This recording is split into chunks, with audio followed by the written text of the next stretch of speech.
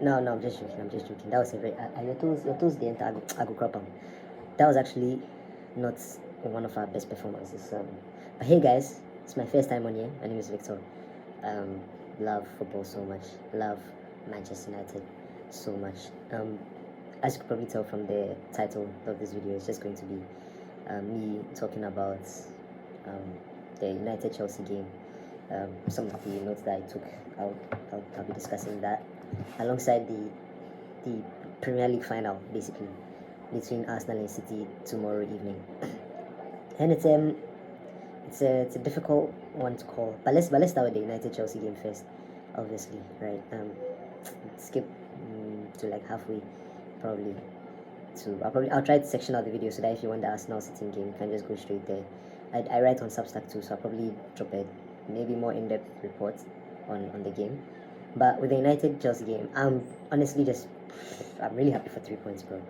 Like I was, my stomach was in knots the whole game. Like even when we scored, like it didn't really look like scoring. Like, Chelsea had genuinely done a number on us, but not even in a dominating kind of way. Like I feel really bad for Rosinia and I feel really bad for Chelsea in general because it's just not happening, and it's very painful. As somebody who played football competitive, no, I'm joking. I didn't play football competitive, but as somebody who like has played football and that's some side over there be like that, and once you're in any setting that's competitive, whether it's a knockout football or it's a knockout amateur football, please let me be sure about that, right? You know how like it feels sometimes for the ball to just simply refuse to go in, and when I look at Chelsea over their last few games, dating back to like the PSG game, right? I don't think they've been bad. Then again, I haven't watched Chelsea too often, but just off the top of my head, they have had very, very, very good moments in a lot of the games. PSG, I feel like they were very unfortunate to throw it away the way they did. That was honestly quite pathetic. But it was 2-2 for a reason. And even at 3-2, you think to yourself, okay, they could have gone to do something at the bridge. Obviously, William Pacho made a big difference in that game. He was around for the Club World Cup, I think. But yeah, and you think about like that last week too against Man City. They steamrolled Man City for a very large portion of that first half. Cucurella scored a goal. He was offside, right? And I look at today, Casemiro and Mazraoui. I desperately hope we never see Mazraoui at centre back again. I thought after we got rid of Amorim, that was the last we were going to see of him. But as luck would have it, miraculously all of our centre backs, bar Aiden Heaven, would manage to get injured for this game, bro. Like how is like it baffles me. When I saw Euro was out like a few hours before the game, I was like, Charlie, what do they want from us, bro? Yeah, but let's see, what did I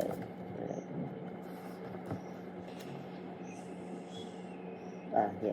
So the first thing I'd like to talk about with regards to the game is obviously we were not in control for very, very few parts of this game, right? But I am happy that we made the few like good chances that we had counts. I think the assist record is beginning to get to Bruno a little bit because in some moments that he had around the edge of the box, you're thinking just get on your right foot and twat it, go in like yeah, Bruno, like shoot, bro. But he's always trying to be a little too intricate and pass the ball. Today, I also thought we were extremely slow. You think of Manchester United at our best, you think of blistering counter-attacks, you think of getting the ball from one end to the other with high speed, with intensity. It's actually part of why I want us to sign Anthony Gordon, but maybe I'll do a different video on that later on in the signings I think that we need. But I just feel like we're lacking a lot of dynamism today, which is very sad because I think that's like the one thing that Michael Carrick has brought back that we didn't have for the life of us under Ruben Amorim. There were times that like we showed glimpses, but I wouldn't say that we're ever really so threatening, where we're coming forward and we're having nice link-up plays and we're tearing teams apart with blistering pace. Like, no, we were always just kind of like iffy and tentative. Is that the word to use? Yeah, I think that's the word to use. And we're just kind of like waiting and waiting. But with Carrick, when he came first, obviously we're blistering. I think that the new manager bounce has worn off for Carrick, and so now we're actually seeing what he can do with the squad, like with the actual players. And there was a narrative going around before this game that Carrick has won one of his last four, but that's not really St James Park away is always a difficult place, and it's always been a difficult place for Man U to go to in general. There was that. Then I think the next game was Villa, which we did win, and then we had the draw against Bournemouth, right? A draw that you could argue that we were robbed, right? With Ahmad's penalty and Maguire's red card, very very iffy result on a different day.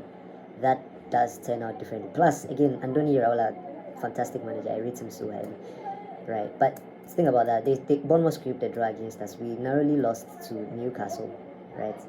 In a game where I think the could get a big chance in that game. I can't remember. But I remember Mbuemo got a huge chance in that game and he missed it at 1-1. If that goes in, different game. But football isn't about ifs, buts and maybes, right? So we'll put that to the side. And then you come to the game this last week Monday against Leeds. Horrible performance, right? But there were bright sparks in the game. We had different things going for us. I think that we didn't capitalize on the opportunities that we had enough, even when we were 11. And of course, Martinez goes and gets that unbelievably daft red card. Like, I understand like the rules are the rules, so it's probably like the term that was used for it was violent conduct, but he barely pulled his. I was even more upset when I realized when I found out the reason why they gave the red card. Guys, they gave the red card because Calvert-Lewin complained. Do you know how insane that is? That means the VAR and the referee did not see a problem with what Martinez did, but Calvert-Lewin went to tell the referee that, hey, this guy's pulled my hair, do something. And the referee was like, oh yeah, sure. Because today apparently, I've not gone to check that for myself though before watching this, but apparently, I think it was Dango Ouattara. He pulled Calvin Bassey's hair, and Calvin Bassey has dreadlocks. They pulled the guy's dreadlocks. No foul, no red card. Hated, adored, but never ignored. My roommate is also a Man U fan.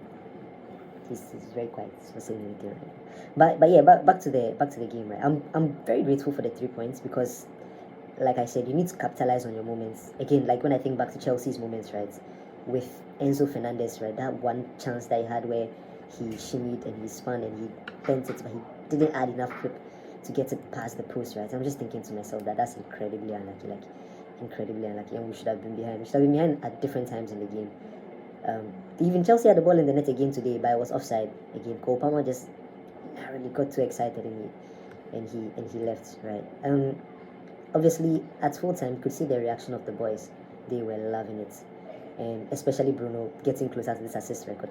We are going to put Bruno in some nasty conversations if he breaks this assist record. I'm just telling you guys in advance, especially if Arsenal win the Premier League, right? We also need something to hold on. We will be putting Bruno in some serious conversations. I'm telling you now.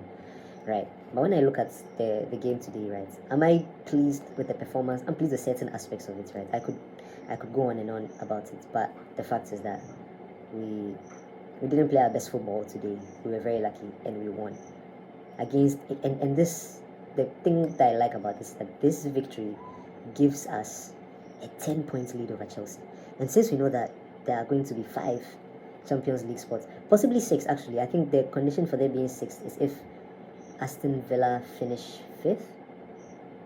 I think if Aston Villa finish 5th and win the Europa League, then 6th place becomes a Champions League team. But I'm not too sure. I have to cross check. But if we know that top 5 is guaranteed Champions League football, 1 and 2 are basically locked because they are now fighting for the Premiership. So that leaves us third to 6th, right? Let's see. I don't know if I should say third to 6th because Brentford, Everton, and Chelsea are all on the same point. So should I say third to 8th? But yeah, third to like 8th, right? We are all fighting for European spots now.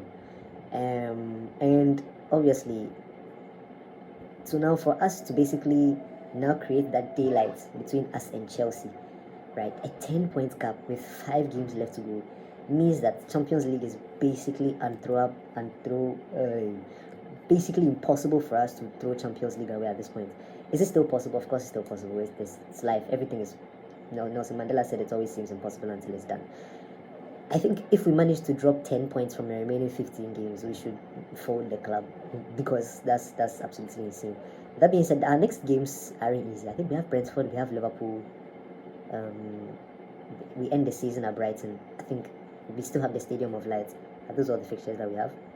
I don't think we've played Forest, so I'm sure Forest are in there somewhere, right? Not easy fixtures, but not fixtures you should be dropping 10 points in generally. Liverpool come to Old Trafford, we have to smack them. I would really love that. but yeah. Subject 49's performance today was also very sad. I don't think I've ever felt worse for a player that I dislike than I did for Subject 49. Like it was just so sad. Like you couldn't even complete a take one. Like calm down, bro. But yeah, let's talk about the real thing, the title race. Man City versus Arsenal. I am very excited for this game, even though I have an exam I should probably be learning for on Monday. But I can't wait to watch it on Sunday. I've cancelled all my plans. I still have plans. I will be there, seated in front of a TV screen with DSTV, so that no bad Wi-Fi prevents me from watching this game. 4:30 Sunday, I will be there. There are lots of like interesting matchups that I think we are going to get from this game. For me, what I want to see is Gabriel versus Haaland, because that they don't like each other. Like I think it's the most random beef in the world. Honestly, they don't like each other one bit, right? And this game is obviously going to have huge ramifications on the season, right? We said the same thing about that during like the Carabao Cup, that Arsenal or City, whoever wins, is going to have like a leg up in the Premier League title, right? Okay, great. But I don't think anybody expected it to happen like this, and Arsenal to completely crumble under the pressure. If you ask me, right, do I want Arsenal to bottle the league? Do you know what I would tell you? I would tell you that I don't mind Arsenal winning the league. Actually, like I don't hate Arsenal like the rest of you. I hate one specific Arsenal fan who I will not name, because a lot of people who went to Ashesi know him, and it might be a whole thing. But I know a lot of like cool Arsenal fans, and what I've seen them go through with my eyes, I think they deserve it, honestly. And I think they okay, well, obviously before the past few weeks, they were the best team in the league, right? I think if you win 5 straight games in any competition, right, you definitely deserve everything. And I remember that game against Everton, right? I was at home with my brother, and we were playing some games on the console, and we both checked the scores around like the 86th minutes, and it was 0-0. So we're like, oh, for sure. Check back a few minutes. I think around 88, and it was 0-0 still. And we were just again playing our games. Then my phone vibrates. Arsenal Everton full time. Arsenal 2, Everton 0. I'm like, what's going on? Come to find out that they managed to just suck the ball into the net, basically, with Gyökeres scoring that empty net, and then Max Downman also scoring that empty net. It was a euphoric moment. I was very jealous of Arsenal fans in that moment, because like that's such a underrated, no, that's such a goated feeling, but Arsenal look like they want to throw it away, and it looks like the nerves are getting to them, right? When you watch Arsenal play, there's one thing that stands out for me, and that's progression. I think if you look at all the best teams in the world, generally, like it's a thing that you put across board, right? They have 2 or 3 of, okay, yeah, 2 or 3 of the following, because the goalkeeper is part of the defense. You understand what I'm about to say? But if you have to have either a rock solid backline, a midfield capable of controlling the game, or a blistering attack, right? And controlling the game doesn't necessarily mean that like you have all the ball, right? Your midfield should just be able to say, hey, you are not going anywhere today. Nowhere. But when I look at Arsenal's midfield, do I see that? Sometimes I used to see it like Declan Rice is a dual monster, like he loves to go for tackles, he loves to fight for the ball, right? And I think that like that's something that they need. But the problem is that in the modern game, right, you have to have some form of progression in the middle of the pitch, and Arsenal just don't have any progression, right? And it was very apparent when they faced City a couple of weeks ago in the Carabao Cup final, and Guardiola lined up with that masterful 4-2-4 and basically said, okay, play through us. And Gabriel, Raya, and Saliba were just standing there. They were unable to do anything. And then they send along. Gyökeres is not as imposing as he should be. So obviously they pick the ball up and they kept on getting at them, right? I would really like for Arsenal to go into this game, because again, all the onus is on Arsenal for some reason. If you think about it, it doesn't make sense. Arsenal are the ones with the lead. Arsenal have a 6 points lead, I believe, right? Obviously, City have a game in hand and they have this game, so all things being equal, it could easily come down to 0. But they have the lead. They have the advantage, right? You are going into enemy territory, right? And I want them to go and attack City. Not because, like, obviously I'm a neutral. Like, again, like, this title race doesn't affect me, and I don't really care who wins the league this year. I just think Arsenal throwing it away would be hilarious. But if they deserve to win it, they should win it, and they should win it comfortably, right? Because when they lost against Bournemouth, I used to say that what they are doing right now reminds me of that meme of the the local youth giving Thief energy drinks so that they can beat him more, right? That was how I saw this. But all the discourse I'm hearing from Arsenal fans online and even Arteta's body language on the touchline is very, very questionable. And I mean, it makes me wonder a little bit, like if they actually have the nerve to get over the line, right? They'll start with a lot of fire, they'll start with a lot of intensity, right?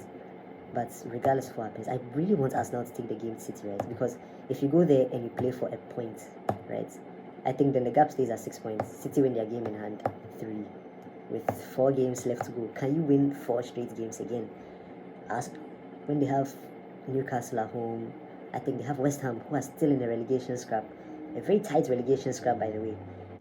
Who else? Who are Arsenal's other game? Okay, obviously Newcastle at the Emirates. That's after City. Then they have the Champions League game with Atletico. Then you have Fulham. Okay, you could probably easily get that one over the line. Then West Ham, Burnley are down, and Crystal Palace away. Last game of the season. Okay, those actually don't look too bad because the run of form Newcastle are on isn't the best, right? And Fulham are a tricky side, but I think that's not Arsenal should be able to handle. My concern is West Ham and Crystal Palace, right? Yeah, but for me, if you're Arteta, right, and you go and you score Manchester City, right, you instantly knock all of the noise out of the park, and it no longer becomes a race; it becomes a procession to the Premier League title. And in my opinion, they would absolutely deserve it if they go to the Etihad and they win. I remember watching one specific video. No, it wasn't a video. It was more like a series of clips, right? Again, I'm a Man U fan. And in the time of Wenger, I think there was a game that Arsenal played at Old Trafford, and I can't remember if that game won them the league or it knocked United out of the title race. I remember Freddie Ljungberg and I think some other guy, Khan, I think it was, right? When they went on some break in the very last minute of the game and they won it. I can't remember whether it was they won it or they sealed the winner, right? But they won at Old Trafford to ensure that Man U had no chance of winning the league. That's what Arsenal need tomorrow. They need to make sure that they have this thing, because Man City will be up for it. They're at home, they will be up for it. Haaland will be up for it. Czechia is probably going to be as up for it as he can be, right? Bernardo Silva, last hurrah, he's going to fight for absolutely everything, right? You think about the rest of the people. Antoine Semenyo, apparently he called Alex Scott and some people at Bournemouth to do them a favor, right? They want this, like, and obviously, like, Guardiola is very experienced when it comes to chasing teams down for races. He's such a well-rounded manager because like he can do the chasing and he can be in front comfortably, right? I don't know. I'm very, very curious to see, right? So when City set up with the wall of China, when they have the 4-2-4 lined up over there, I just want to see some creativity. I want to see Arteta actively do something that will prevent Man City from having an easy ride, right? Overload one side, kick it long, like do a reverse something, like do something, do anything. Just don't let them have a free run at this, please. Right. Yeah. That's about it. I'm very, very, very excited for tomorrow. Should I learn for my exam? Probably. Will I learn for my exam? We'll see. But thank you guys so much for watching. If you stay till the end, I appreciate you a lot. Let me know what you liked, what you didn't like, and I'll probably do a review of this. Then I'll do a preview of the Champions League whenever it comes out next. Of course, please like, share, subscribe.